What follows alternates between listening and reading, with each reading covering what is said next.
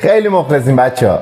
من محمد کنانی هستم از کانال کنانی تدوین. خوش اومدی به کانال من چند وقت پیش ویدیو از خودم گرفتم که می‌خواستم این تصویر دارک از داخلش در بیاد.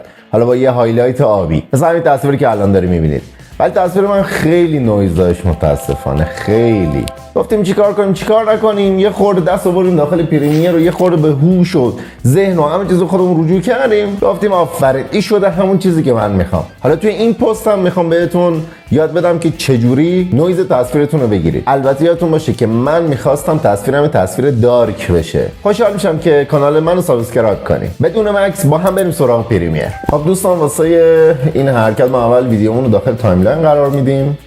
بعد از اینکه ویدیو ما وارد تایملاین شد می‌بینیم که حالا یه خورده اینجا واسهتون زومش هم زوم از بره، یه خورده واسهتون زوم هم کنم می‌بینید که وحشتناک نویز داره. این قسمت‌های تیره خیلی نویز پیدا کرده. خب من اولین رو به حالت فیل برمیگردونم، بعدش میام این قسمت یه ادجستمنت لایر می‌سازیم که با همین تنظیمات سکونسمونه اینو فرت میندازیم روی این تصویر. حالا کشیش هم بیارید فرق نمی‌کنه. خب اولین کاری که شما میخواین کنید اینه که میان داخل پنجره افکت سرچ میکنید VR. داخل این قسمت افکت های ویدیو VRD خط تیره نویز اینو میندازیمش روی ادجستمنتمون. میبینید که این بالش یه خورده به هم ریخته شده و یه کمی داستان شده. از این قسمت پنجره افکت کنترل این قسمت نویز لول شما میتونید دستکاری کنید و اون چیزی که میخواین رو به دست بیارید، مثلا از این تاریای اطرافش نداشته باشه. حالا من تستش میکنم 0.05 یعنی 5 صدام. این هم که یه خورده بهتر شده ولی باز نیاز به بیشتر شدنش داره. دوباره سرچش 0.8 میزنم. 8 هم باز یه خورده بیشتر لازم داره. ببخشید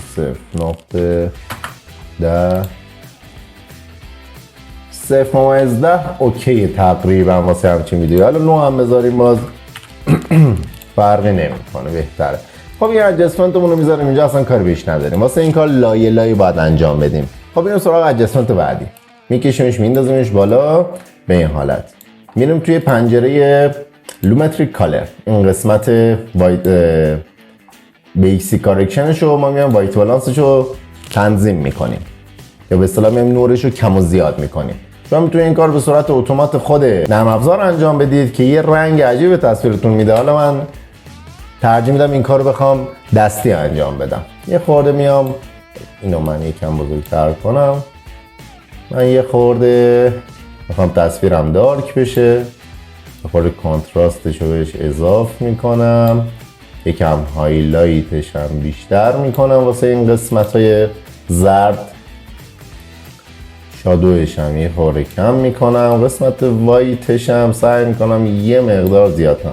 این قسمت بلک رو من یه خورده رو به مثبت میبرم که بخواد یه حالت ماتی تصویر بهم بده و قسمت سچوریشنش رو یکم کم میکنم به این حالت.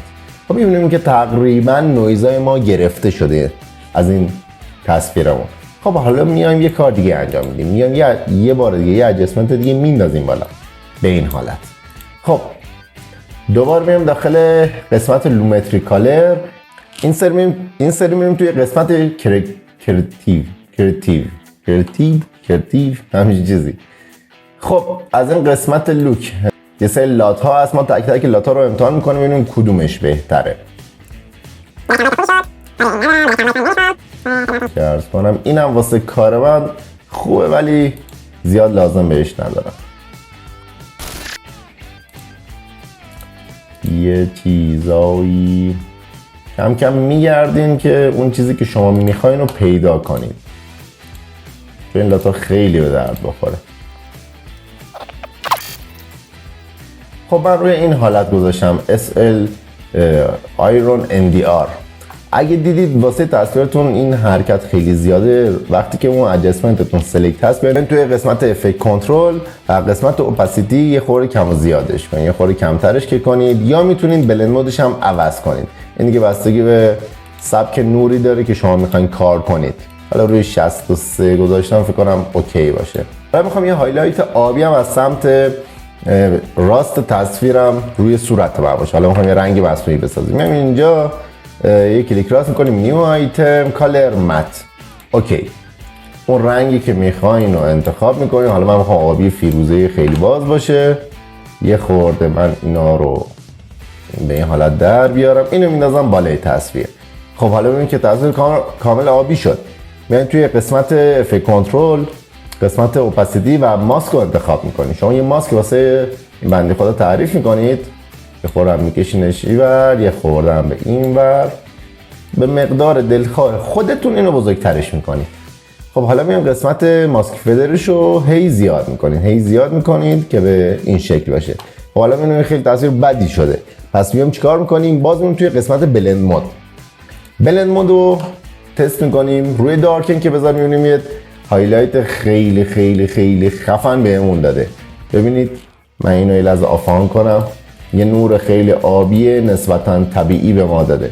اگر می‌بینید که نورتون خیلی زیاده، شما باز میتونید اوپاسیتیشو یه خورده کمتر کنید یا بیشتر کنید. امیدوارم که از این آموزش راضی بوده باشید. کانال تلگرام من و پیج اینستام که آدرسش وسطای ویدیو اومد واسهتون، دوست داشتید داخل کانال تلگرام من عضو بشید. حالا خیلی ابزارهای کاربردی اونجا واسهتون آپلود میکنم. هیچ وقت از علاقتون دور نشید.